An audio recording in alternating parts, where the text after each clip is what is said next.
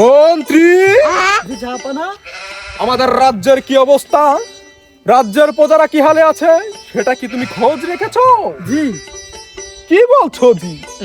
আমার কাছে একজন পূজা এসে বলল সে নাকি 3 বেলা হাগু করতে পারে না, তো তাদেরকে টয়লেট বানিয়ে দেওয়ার ব্যবস্থা করো।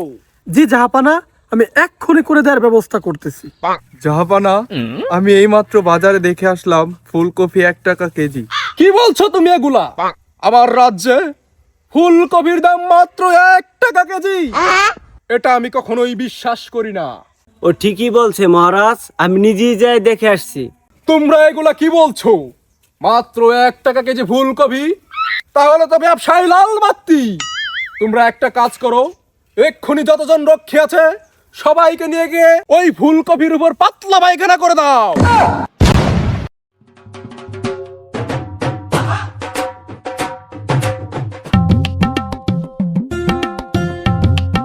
কি রে, ওইটা তো রানে মানা নদীর পাড়ে বসে কি করে?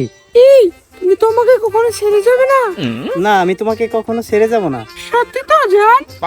হ্যাঁ হ্যাঁ, কখনো ছেড়ে যাব না। সত্যি তো রানে মা, এক্ষুনি মহারাজকে যে বলতে হবে। মহারাজ মহারাজ মহারাজ না হাঁপিয়ে কি হয়েছে সেটা বলো।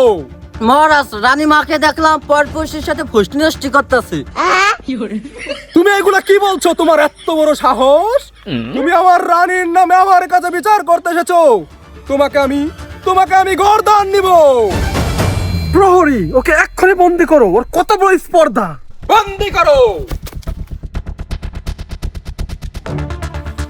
মহারাজ, আমি সত্যি বলছি, আমি কিছু মিথ্যা বলি নাই, সবকিছু সত্যি মহারাজ। প্রহরী, ওকে ছেড়ে দাও।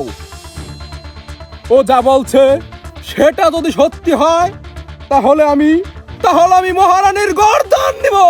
মন্ত্রী, জি জাহাপানা। এক্ষুনি যাও, প্রহরী পাঠাও, দেখো রানী কোথায়, ওদেরকে বেঁধে নিয়ে আসো আমার কাছে।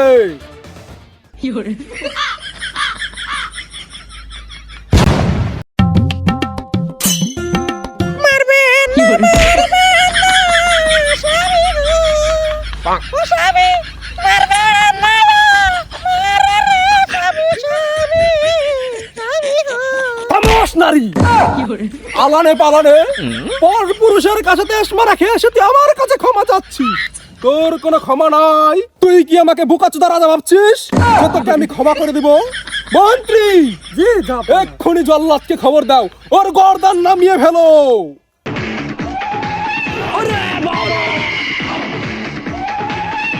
মহারাজ, আপনি কি আমাকে জরুরি তরফ করেছেন? হ্যাঁ, ওকে এক্ষুনি নিয়ে যাও। ইস রে, কত সুন্দর রানী, এরে মারা যাবে না। রাজারে বুঝুং বাজুং বুঝাই দিয়ে ওরে নিয়ে আমি দূরে চলে যাব, তারপরে সংসার করবো। জল্লাদ, তুমি এখনো আমার আদেশ পালন করতেছো না? ওকে এক্ষুনি নামিয়ে দাও। ঠিক আছে মহারাজ, তাহলে ওকে আমি এক্ষুনি সুরঙ্গতে নিয়ে যাই।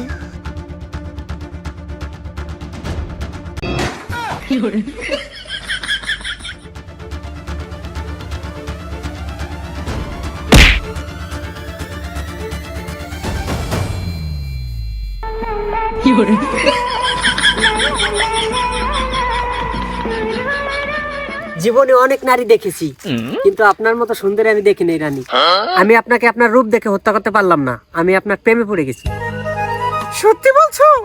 তাহলে আজ থেকে তুমি আমার তেজমারার সঙ্গী হবে। আরে, আমার অনেক দিনের সাধনা পূরণ হলো। আচ্ছা চলো, আমরা যে বংশ বিস্তার করি।